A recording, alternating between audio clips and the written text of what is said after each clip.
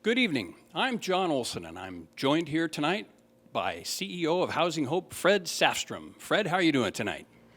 I am doing great. Thank you, John, for being here again and once again being our MC. We so much appreciate that.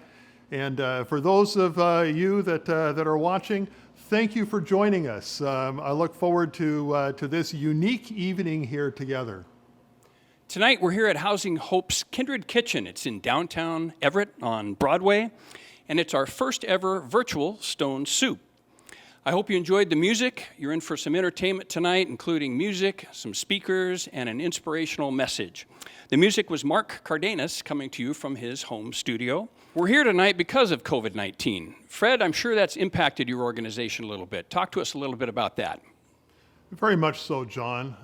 This is an extraordinary circumstance that is affecting everyone in profound ways, and no less Housing Hope and our work. Many of our activities we've had to curtail or temporarily shut down, but we have remained committed to serving our families in creative ways, in safe ways. I think the very best news right now is that all of our staff has been safe. We've had no confirmed cases of COVID among staff, and only one among our residents, and she is doing well, isolated in her home. So we're thankful for that. But rest assured, these times are tougher on no one that someone is living in poverty with limited resources. So our residents need our assistance today more than they ever have. Well, our goal tonight remains the same as if we were gathered in person. We're here to raise money to support Housing Hope. We do that through sponsorships and individual donations, so let's start by thanking our sponsors. We have several event sponsors tonight. At the leadership corporate partner level, we have the Boeing Company, Heritage Bank, Kirtley Cole Associates, Master Builders Association of King and Snohomish Counties, Pacific Crest Savings Bank, UBS, WSECU. At the Champions of Hope sponsor level, we have the Everett Clinic, Group Health Foundation, Northwest Plus Credit Union. And at the Patrons of Hope sponsor level, we have Brent Planning Solutions, Enterprise Community Investment, Fluke, Kaiser Permanente, Mountain Pacific Bank, and Providence Regional Medical Center. Thanks to all of our event sponsors. We would also like to thank and recognize our premier corporate partners. These organizations support Housing Hope and HopeWorks annually with gifts of $25,000 or more. These include the Bank of America Charitable Foundation, BECU, the Boeing Company, Bonneville Environmental Foundation, Kirtley Cole Associates, Northwest Business Development Association, Windermere Foundation, and the Murdoch Trust. You can join these corporations by giving tonight. We have a blue button on the website that allows you to give a one-time gift. You can structure a gift out over a 6 or 12-month period. You can make a pledge using this button. However you want to give your gift, we'll be there to help support that. For our first portion of the evening, we're going to go to Kindred Kitchen chef Colin. Colin's joined us here, and we're going to take a look at what he's got going on in the kitchen. Colin, how are you doing tonight? I'm doing great. Thanks for asking, John. Tell us a little bit about the menu here at Kindred Kitchen. Well, here at Kindred Kitchen, we have a locally sourced, organic as possible, all scratch-made, in-house. It's known as a fast casual concept is what we like to call it. Hot, warm, delicious sandwiches, hot, scratch-made soup, fresh salads, tossed to order, all that good stuff. And tell me how you created that menu. Did you work with local growers or food suppliers, or how did you come up with the ultimate menu for the kitchen? Well, we teamed up with a few different people. We teamed up with our local current culinary advisors. We had a team based out of Portland, Culinary Options team, and we helped create a menu that just showcases the best out of what's from the Northwest. Now tell us about this appetizer. I know that Fred's looking forward to this. Is that right, Fred? I am. I've got a sneak peek that we're going to experience a braised beef, and And I recall vividly, coming in here and visiting the kitchen before it was open. We just had the equipment installed, and here we had the first braised beef coming out of the oven. All right, Colin, tell us about this appetizer. All right, so here we have our beautiful rustic potato roll from Macrina Bakery down in Seattle. Our wonderful house-made horseradish spread. It's a cream cheese-based spread, which is just delicious and it's gonna get real yummy in there. We have our house roasted and rubbed roast beef. Beautiful caramelized onions here that we're making again in-house. Some nice local organic arugula. Hear that, Fred? Organic arugula. Oh my gosh, my mouth is watering now. Well, what's special or unique, Colin, about this kitchen? What's special about this program here is it's a hands-on training program in our working kitchen. We have our interns here working and making your sandwiches, they're making your lattes, going out to our customers, and they're learning how every aspect of this kitchen works to be able to get out into the community and become successful for themselves. Sounds good. Fred, I think the time has come. We get to taste this appetizer while Colin tells us a little bit about what's his favorite part of working here. Okay, let's give this a try.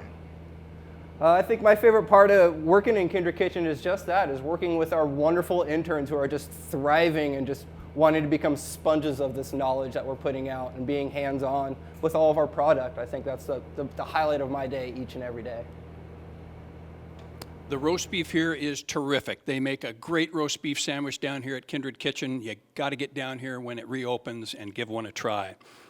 Also, for each $250 donation or more, you'll be entered into a drawing for a $25 gift certificate right here at the kitchen. You can use the blue donate button on your screen to make that donation. So it's going to be great. You won't regret it. All right, it's time to move on to our speaker. Fred, have you ever written a New York Times bestseller? Not yet, John. Well, our speaker tonight has. She's Stephanie Land, and she's written the New York Times bestseller titled Made, Hard Work, Low Pay, and a Mother's Will to Survive. We're pleased to have her join us virtually, and I'm sure you're going to enjoy her remarks.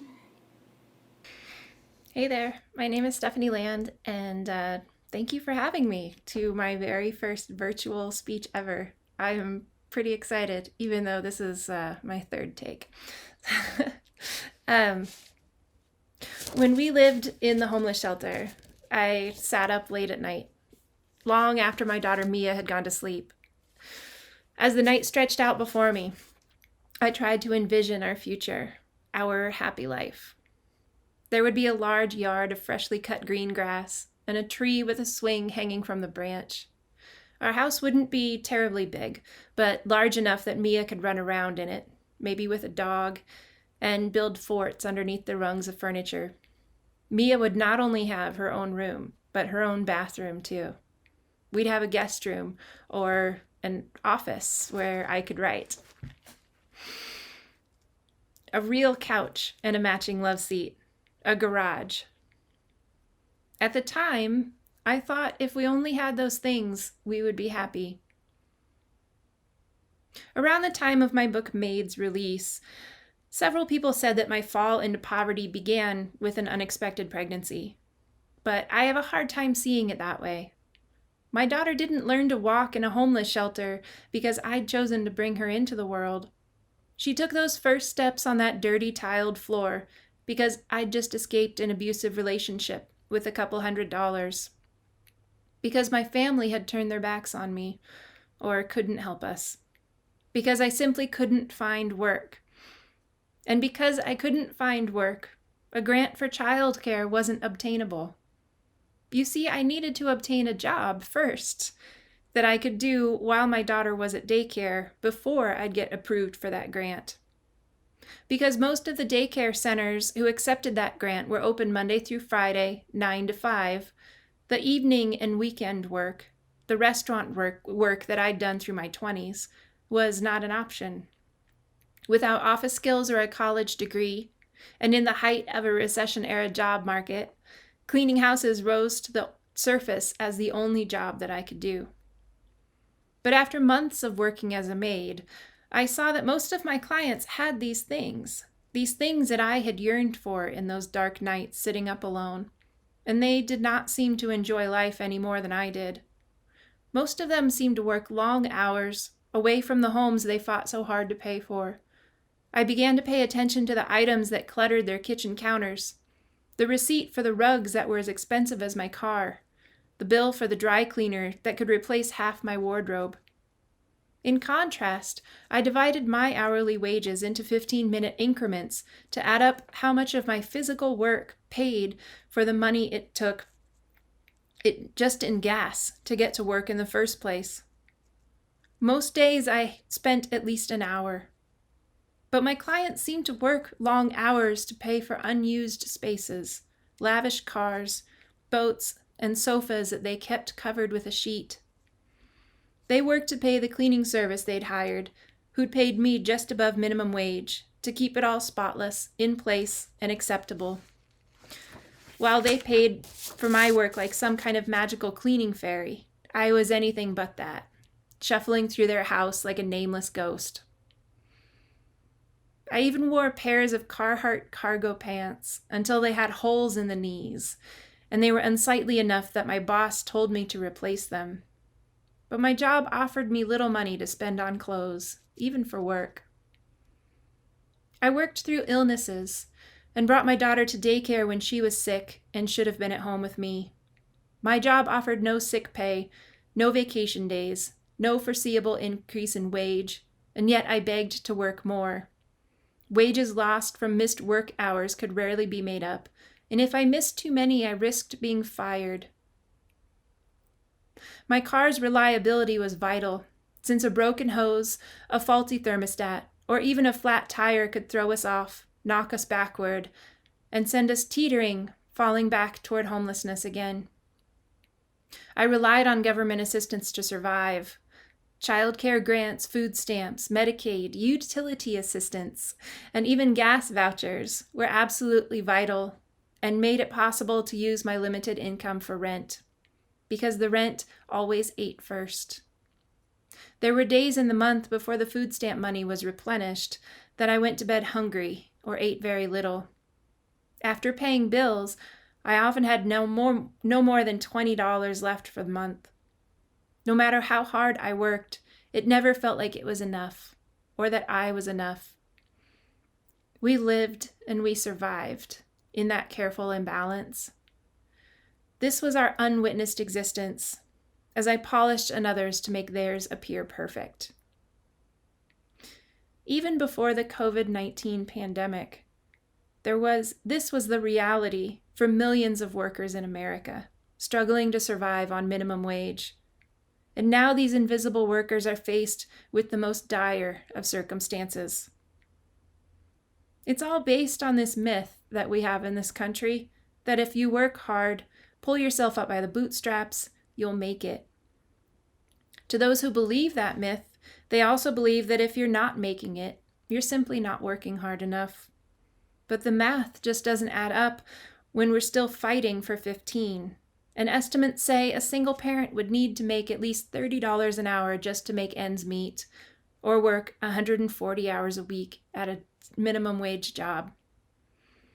For those who turn to the government for support, there's an air of mistrust and judgment. The stigma surrounding those who use safety net programs is that those people don't work. But in applying for government assistance, I had to not only constantly prove that I was working, but that I wasn't squirreling away money somewhere or even driving a nice vehicle. My total assets were not allowed to be more than a few $1,000s. Even a 50-cent pay increase could mean I'd no longer qualify for child care or food to feed my child. For the 22 million who have just lost their jobs due to the pandemic, many will not qualify for food stamps due to asset limits. If they do, they will only be able to receive benefits for 3 months unless they meet the hourly work requirements of 80 hours a month. This whole aid application process alone seemed designed to discourage people from even trying. Paperwork was often dozens of pages thick and required access to a computer with a printer and internet connections. Little things like mandatory appointments with caseworkers in the middle of the workday could present an impossible hurdle. So I've known that I've wanted to be a writer since I was 10 years old. For 7 years, I scraped by as I worked my way through college in pursuit of that dream. But every time my car broke down or I lost a day of work, I felt incredibly guilty for pursuing an education, especially an art degree. I felt like our life didn't afford me this notion of being a writer. And the government didn't really seem to approve of it either. The hours that I spent in class or doing homework did not count toward those required work hours to receive benefits. So as a full-time student, working 15 hours a week with a child over 6 years old, I was denied food stamps, punished for fighting to better our lives and my ability to support my daughter. The truth is that for those living in the margins, working day and night to survive, there is often no real path out of poverty. The welfare cliff is too high. The obstacles are simply too great. The system is too broken. In writing Maid, I hoped the book would change the stigmas that surround single mothers, especially those living in poverty. The stigmas that say we somehow deserve hardship because of the terrible decisions that we made to get us there. I hope people see how hard we work to make ends meet, and how fiercely we love our kids. How much we struggle to be enough while the government scolds us, telling us we're becoming dependent on things that they call handouts, but we call means to survive. I hope that even though it's just me speaking right now, you'll begin to notice the millions of other single parents, domestic workers, and those who are struggling so hard just to get by. The invisible housekeepers and doormen you used to brush by on your way out of the hotel. The janitors in airport bathrooms who are now deemed the essential workers. The cab drivers. These people work to make our lives easier. That's their job, is to make our lives easier. And yet we are failing them by not giving them a living wage, not allowing them to support their families while we literally hand our children to them, or used to, hand them at daycare centers, asking them to support ours. I hope those listening to my experiences today begin to realize the countless of other stories just like it that still need to be told. Even though my book is about basically the gritty work of cleaning houses and struggling to survive, to me it has always been a story about a mother wanting what's best for her child. After I turned in the final draft for Maid, I took Mia, who's now almost 13, out to celebrate. And we started by getting our hair cut. The hairdresser is a friend of mine, and at one point she stepped back and said, "Just think of all the work that you've put into this. You've basically been writing this book since Mia was born." Afterward, as Mia and I were walking to dinner, she was quiet for a few minutes, and which is pretty rare. And then she said, "Is that why my middle name is Story, Mom? Because you were writing a book about me?" And I said, "No, your middle name is Story because your dad didn't want that to be your first name," which, now that I think about it, was good because you would have ended up with the name Storyland. But the truth is her middle name came from a quote that I saw in a John Steinbeck museum right after I found out that I was pregnant with her. As you're leaving, there's a quote painted on the wall that says, "If a story is not about the hearer, he will not listen. And here I make a rule. A great and interesting story is about everyone, or it will not last." As human beings, we are all part of a much bigger story, but we have to look each other in the eye. We must see each other. I truly believe that the only way we'll see change in this country is by listening to not only stories like mine, but ones from people who have experienced systemic poverty and systemic racism. If we can somehow start to remove shame from struggle, we'll start to see how many of us are fighting in our own way. My story does have a happy ending, but that doesn't mean that I went from welfare to work. I found this wild kind of success that most only dream about, that I dreamt about, but totally didn't believe it would ever happen to me. I am so honored to be here and to help put a different sort of face on poverty, and to be a voice for an invisible population of people who too often go unheard. I hope that is the part of my story and the part of our story that lasts. Thank you so very much. Stephanie's story is real life. It's not numbers, it's not politics, but it's the experience that she had that many of our residents have the same. Unfortunately and sadly, her experience would be so much more difficult were she going through that today. You see, at the time, she was paying $550 a month for a studio apartment in Mount Vernon. That same apartment today would be $1,000. To afford a $1,000 apartment is more than minimum wage would allow. For someone working full-time at minimum wage, paying $1,000 plus utilities for an apartment would take more than 50% of their gross income. That simply does not leave enough money remaining for other normal expenses like food, utilities, insurance, transportation. And then the extraordinary expense comes along, whether it's a broken down car or an unexpected medical expense, and there is simply no money remaining. And that is if you're working full time. And many, like Stephanie, working full time is simply not attainable. Housing Hope now has 541 apartment units where we are serving 541 very low income households. This past year, we opened this building, Hope Workstation 2, and Station Place here with 65 new residential apartment units. Next year, we'll add 60 units in Smoky Point. The following year, 45 units in Everett, and the year after that, 60 units in South County. With your assistance, and only with your assistance, we will add a new project every year, thereby enabling us to serve more families like Stephanie's. Everyone agrees a safe, affordable place to live is the foundation upon which hope can be rekindled. Hope that a better future lies ahead.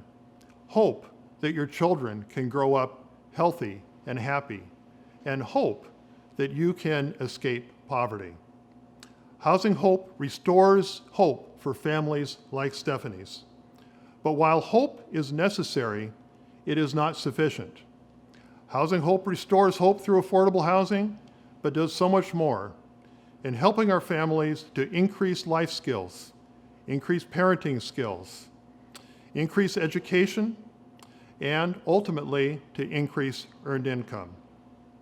At Tomorrow's Hope Child Development Center, we are so proud that to be so far along the path towards becoming a licensed therapeutic center. We will be only the third therapeutic center in the state of Washington.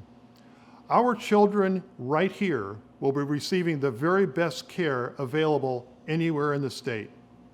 We are so proud of this, and our children deserve nothing less. At HopeWorks, we are providing job training for persons that want to work, but they have no job skills and no employment experience. Here, we are providing a bridge between long-term unemployment and a future in private sector employment. I want to introduce you to one of our former residents, Mel. Let's listen to her story. My name's Mel. I'm a Housing Hope graduate. Housing Hope gave me hope, for one.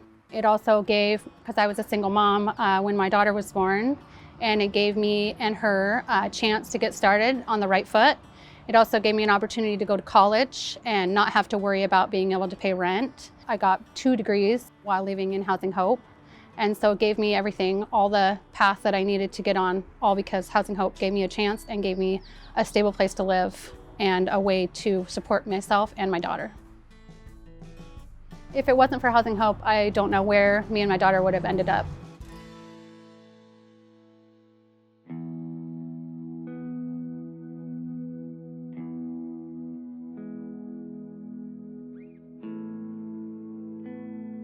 Before I got the call that I was going to get housing, I was just newly in recovery from drugs and alcohol. And my daughter actually had been previously in CPS care, and she was placed with my mom. And then my mom passed away right after that. And that's when I got the call that we were going to get housing. So it gave me all the hope that I needed to keep on the path that I was on. I'd only about 6 months clean when we received housing. So things had already been challenging enough. And being a single mom also, and a young single mom, getting the Housing Hope call was just a blessing for me in so many ways. I had spent a lot of years being hopeless and not feeling good about myself and knowing that I wasn't doing the right things. And then especially with my mom passing away, because she was also a single mother. So I had regained some hope, but getting housing definitely gave me the hope that I needed and the push that we needed to go farther and to meet my goals and my potential. It made me feel like I could do anything, because now I had like the main piece, the first piece for a lot of people is having housing that's stable, that they can afford, and then they can put all the other pieces together. So it definitely gave me drive and determination, and I felt supported and that I could make it no matter what.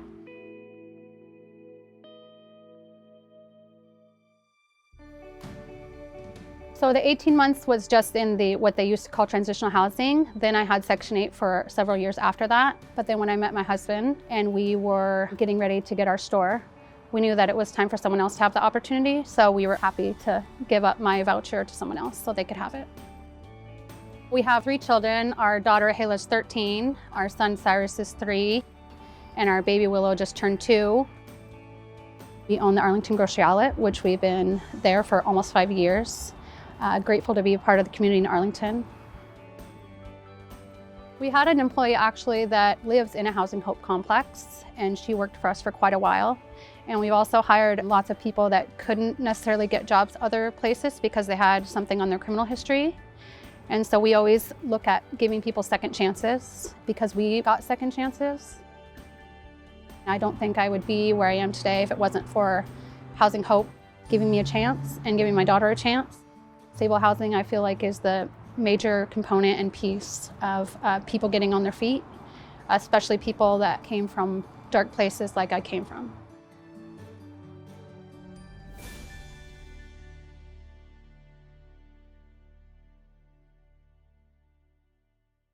The help our residents need, like Stephanie and Mel, is temporary. Sometimes it's called a hand up. The typical stay in our housing and services program is about 2.5 years. And the change that these residents experience is permanent. For what you are doing, what we are doing for these families, lasts them a lifetime. We are now in this COVID-19 pandemic, and we're experiencing conditions here that were unimaginable just a couple of months ago. The loss and anguish is awful and is heartbreaking. And yet, through this time, we are seeing the very best in people come forward. Our first responders and medical service professionals are healing us, risking their lives in doing so. Our governments are stepping forward aggressively to protect us.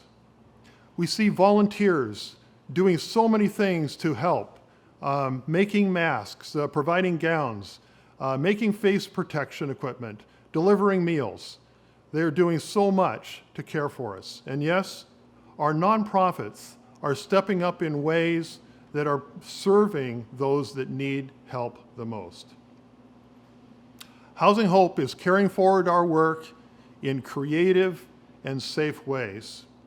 We are staying in contact with our residents frequently, using whatever means that we can find. It is Facebook and phone and text and Zoom and Skype and FaceTime and whatever means we can find. to safely communicate and help our residents. We listen to them, we understand them, and we help them. And whatever assistance they need, we provide, or we connect them with the resources to give them that help. Some of our philanthropic partners have stepped forward at this time in extraordinary ways. On Friday, we received a message that one had given us $75,000 in unrestricted support to help us at this time.